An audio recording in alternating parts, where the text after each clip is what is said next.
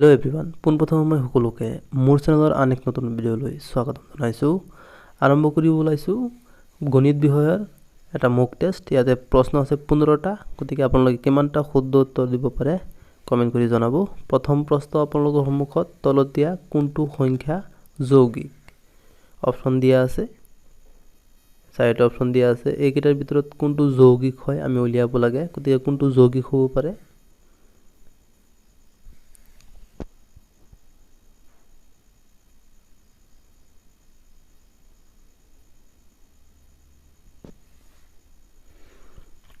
গতিকে যৌগিক মানে কি? যৌগিক হ'ব হ'লে দুটাতকৈ বেছি উৎপাদক থাকিব লাগিব। এটাতো নিজে থাকিবই আৰু এটা এক থাকিব, তাতকৈ বেছি আৰু এটা বা তাতোধিক উৎপাদক থাকিব লাগিব। প্ৰত্যেকটো সংখ্যাৰ শেষত চাব 7 আছে, গতিকে 2ৰেতো হৰণ নাযাবই। গতিকে 2 এটা কি নহয়?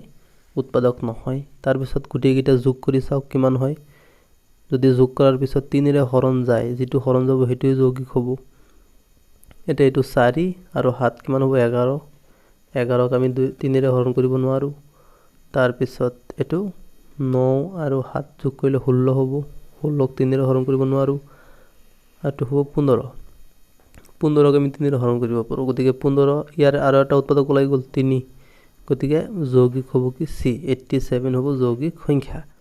ইয়াতে তলৰ কোনটো উক্তি অশুদ্ধ সুধিছে। কোনটো উক্তি অশুদ্ধ? অপশ্যন দিয়া আছে 1ৰ পৰা 100ৰ ভিতৰত 25টা মৌলিক সংখ্যা আছে। এ বিৰ যদি এটা উৎপাদক হয় তেনেহ'লে লসাগু হ'ব বি। আৰু কৈছে আটাইতকৈ সৰু অখণ্ড সংখ্যাটো হৈছে -1 আৰু দুটা স্বাভাৱিক সংখ্যাৰ যোগফল সদায় আন এটা স্বাভাৱিক সংখ্যা। গতিকে কোনটো অশুদ্ধ হয় সেইটো আমি ইয়াতে চাব লাগে।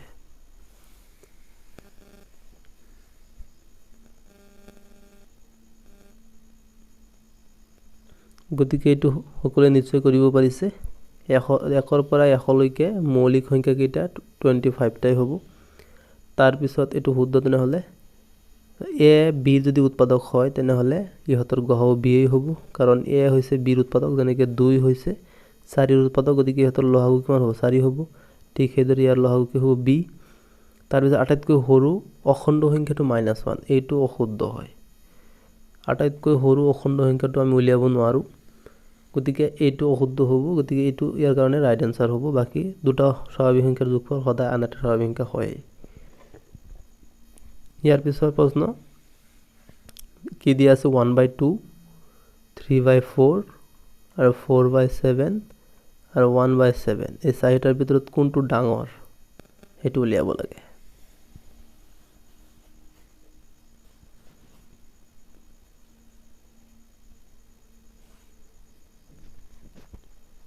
গতিকে এইটো চিম্পল, আপোনালোকে উলিয়াব পাৰিছে চাগে। গতিকে ইয়াৰে আমি কেনেকৈ উলিয়াম? মই আগতে ভিডিঅ'বিলাকত কৈছিলোঁ। এইটো 1 আছে, এইটোক আমি মনে মনে 1ৰ লগত এটা শূন্য ধৰি লওক। 2 কেইবাৰ যাব তেনেহ'লে? যদি শূন্য ধৰি লয় 10 হ'ব। 2 যাব 10ত কেইবাৰ? 5 বাৰ। গতিকে ইয়াত হ'ব 5। তাৰপিছত 4 যাব, এইটো 30 ধৰক। 30ত কেইবাৰ যাব?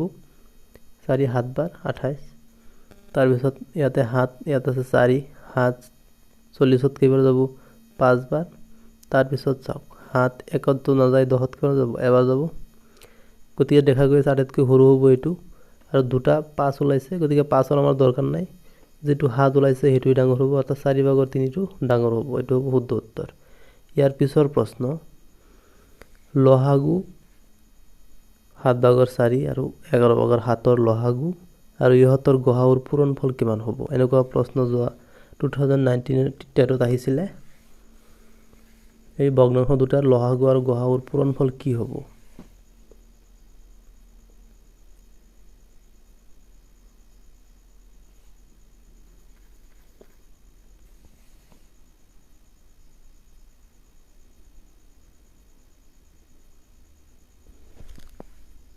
এতিয়া চাওক, এইটো যদি আমি লসাগু আৰু গসাউ উলিয়াই পাবলৈ যাওঁ তেনেহ'লে বহুত দীঘলীয়া হৈ যাব। গতিকে এনেকুৱা প্ৰশ্ন যদি আহে লসাগু আৰু গসাউৰ পূৰণফল উলিয়াব দিয়ে একে সংখ্যাবিলাকৰ, তেনেহ'লে আপোনালোকে এটা সূত্ৰ মনত পেলাব লাগিব। কি সূত্ৰ আছিলে? লসাগু পূৰণ গসাউ সমান সমান সংখ্যা দুটাৰ পূৰণফল। অৰ্থাৎ লসাগু আৰু গসাউ পূৰণ কৰি পেলাই যিটো পাব, সংখ্যা দুটা পূৰণ কৰি পেলাই সেইটোৱে পাব। গতিকে সংখ্যা দুটা পূৰণ কৰি দিলে লসাগু আৰু গসাউৰ পূৰণফল ওলাই গ'ল। লহাগু আৰু গহাগু উলিওৱাৰ কোনো প্ৰয়োজনেই নাই অৰ্থাৎ 4/7 ইনটু 7/11 পূৰণ কৰি দিয়ক 7 আৰু 7 কেনসেল থাকিব কি 4/11 এটো হ'ব আমাৰ শুদ্ধ উত্তৰ ইয়াৰ পিছৰ প্ৰশ্ন 49 7 40 47 31 87 পিছত প্ৰশ্নবোধক চিন দিয়া আছে ইয়াতে প্ৰশ্নবোধক চিন দিয়া ঠাইত কি বহিব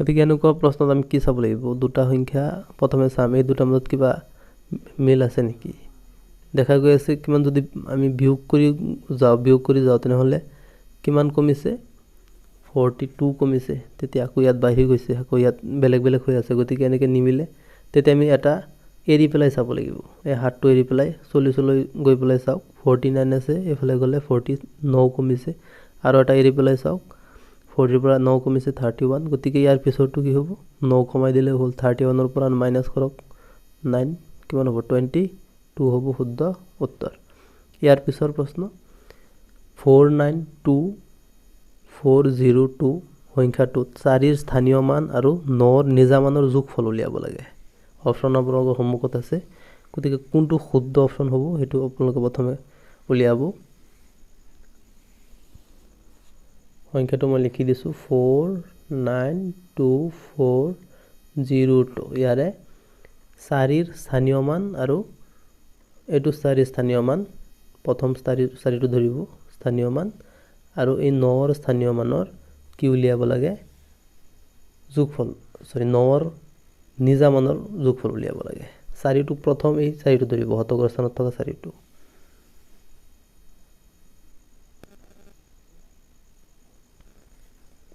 গতিকে এটো অতি সহজ প্ৰশ্ন কি কৈছে 4 ৰ স্থানীয় মান 4 দহকৰ স্থানটো মই কৈ দিছো দহকৰ স্থানত 4 হ স্থানীয় মান হ'ব আৰু নিজা মান বুলি ক'লে মনত ৰাখিব নিজে যেহেতু 9 ৰ নিজা মান বুলি কৈছে গতিকে 9 নিজেই হ'ব এই যোগ কৰি দিয়ক 4 হ 9 হ'ব শুদ্ধ উত্তৰ এটো হ'ব শুদ্ধ উত্তৰ ইয়াৰ পিছৰ প্ৰশ্ন 3 * 9 * তাৰকা চিহ্নত কোনটো সংখ্যা বহালে 5 ৰে বিভাজ্য হ'ব 3 * পিছত 9 * দিয়া আছে এতিয়া এই ষ্টাৰ দিয়া ঠাইত কি বহাব লাগিব তেতিয়া 5 ৰে বিভাজ্য হ'ব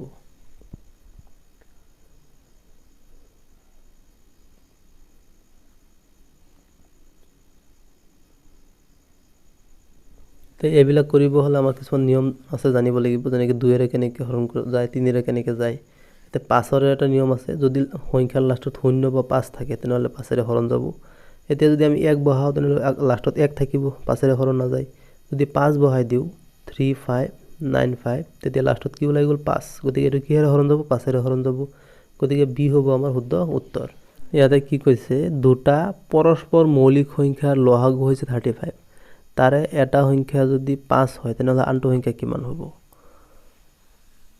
একেবাৰে সহজ প্ৰশ্ন হয় এটো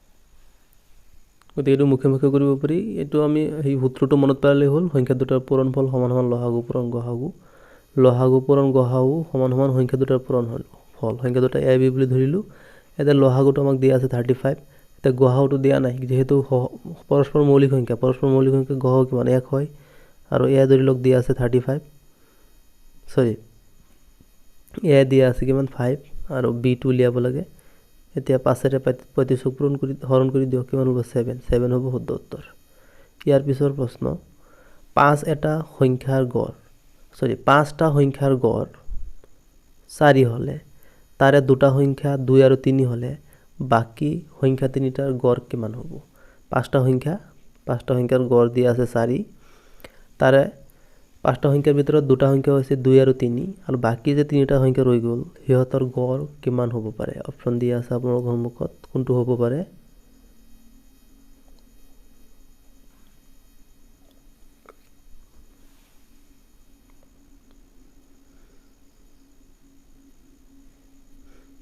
যেহেতু 5টা সংখ্যাৰ গড় আমাৰ দিয়া আছে 4 এতে মূল সংখ্যাটো উলিয়াব হলে 5 ৰে 4 পূৰণ কৰক কিমান হ'ব 20 তে তাৰে দুটা সংখ্যা আমাৰ 2 আৰু 3 দিয়া আছে 2 আৰু 3 যোগ কৰিলে কিমান হয় 5 হয় অৰ্থাৎ এই দুটা সংখ্যা বাদ দিলে আমি তিনটা সংখ্যা পাই যাম এতিয়া অৰ্থাৎ 5 20 পৰা বাদ দিব লাগিব 15 হ'ব অৰ্থাৎ তিনিটা সংখ্যাৰ যোগফল 15 এতিয়া 15ৰ আমি গড় উলিয়াব লাগে যেহেতু তিনিটা সংখ্যা 3 ৰে হৰণ কৰক 5 গতিকে 5 হ'ব গড় এটো হ'ব শুদ্ধ উত্তৰ ইয়াৰ পিছৰ প্ৰশ্ন 4 ইয়াতে প্ৰশ্ন দিছে 10 নম্বৰ প্ৰশ্ন 4 মিলিয়নত কিমান লাখ একেবাৰে সহজ প্ৰশ্ন 4 মিলিয়নত কিমান লাখ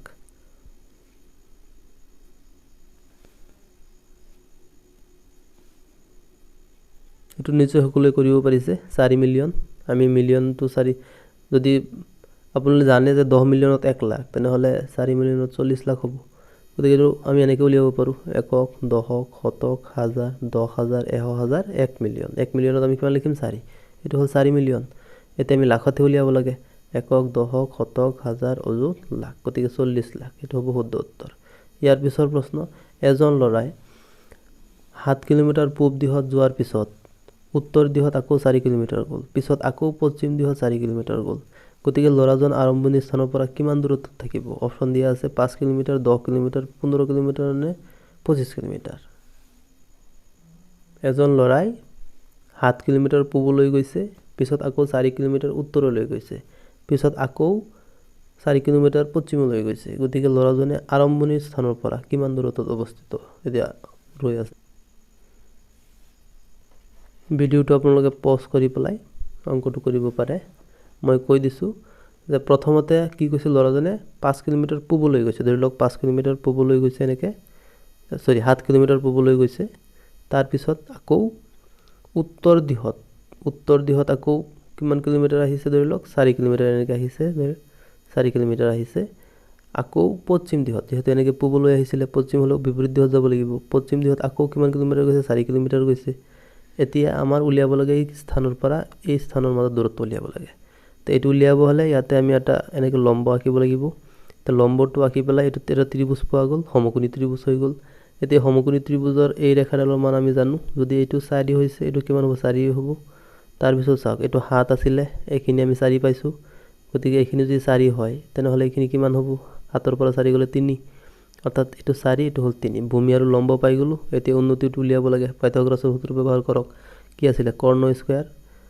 সমান সমান ভূমি স্কয়াৰ প্লাস লম্ব স্কয়াৰ ভূমি স্কয়াৰ কৰক 9 লম্ব স্কয়াৰ কৰক 16 গতিকে কিমান হ'ব 25 এটো হৈছে কৰ্ণ স্কয়াৰ লাগে আমাৰ কৰ্ণ স্কয়াৰটো কাটি দিয়ক ৰুট ওভাৰ কৰিব লাগিব ক হ'ব কিমান 5 গতিকে 5 হ'ব শুদ্ধ উত্তৰ ইয়াৰ পিছৰ প্ৰশ্ন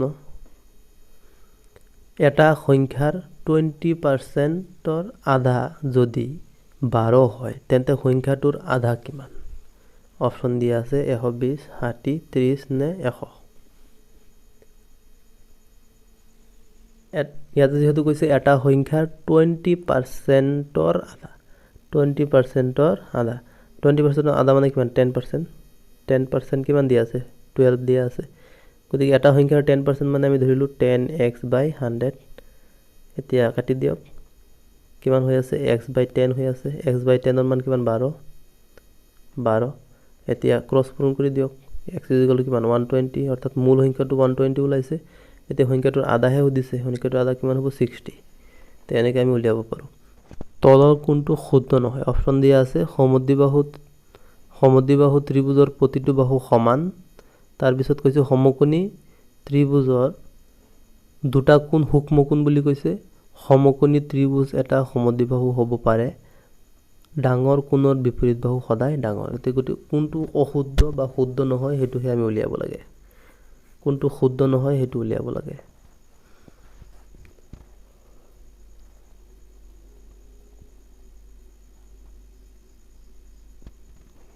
গতিকে ইয়াতে প্ৰথমটো শুদ্ধ নহব কাৰণ প্ৰথমটো কৈছে সমদ্বিবাহু ত্ৰিভুজৰ প্ৰতিটো বাহু সমান নহয় সমদ্বিবাহু ত্ৰিভুজৰ দুটা বাহু হয় সমান বাকি সমকোণী ত্ৰিভুজৰ দুটা কোণ সূক্ষ্ম কোণ হয় এটা কোণ সমকোণ সমকোণী ত্ৰিভুজটো সমদ্বিবাহু হ'ব পাৰে দুটা বাহু সমান হ'ব পাৰে আৰু মনত ৰাখিব ডাঙৰ বাহুৰ বিপৰীত কোণবিলাক সদায় ডাঙৰ হয় গতিকে এ হ'ব আমাৰ ইয়াৰে অশুদ্ধ ইয়াৰ পিছৰ প্ৰশ্ন এটা ত্ৰিভুজৰ কোণ তিনিটাৰ অনুপাত দিয়া আছে 2:3:4 তেনেহলে এই মূল কোণ তিনিটাৰ যোগ আমি উলিয়াব লাগে অপচন দিয়া আছে 40 80 90 40 60 80 80 120 140 20 30 40 ত্ৰিভুজৰ কোন তিনিটা অনুপাত দিয়া আছে অনুপাতকেইটা মই লিখি দিছোঁ 2:3:4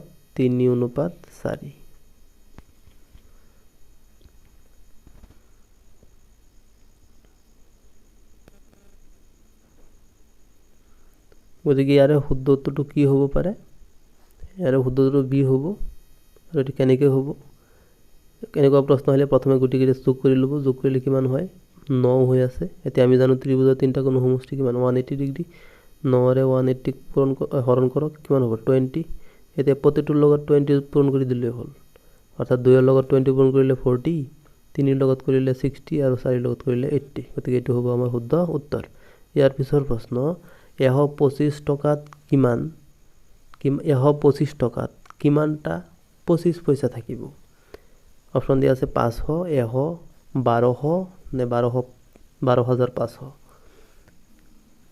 125 টকাত কিমানটা 25 পইচা থাকিব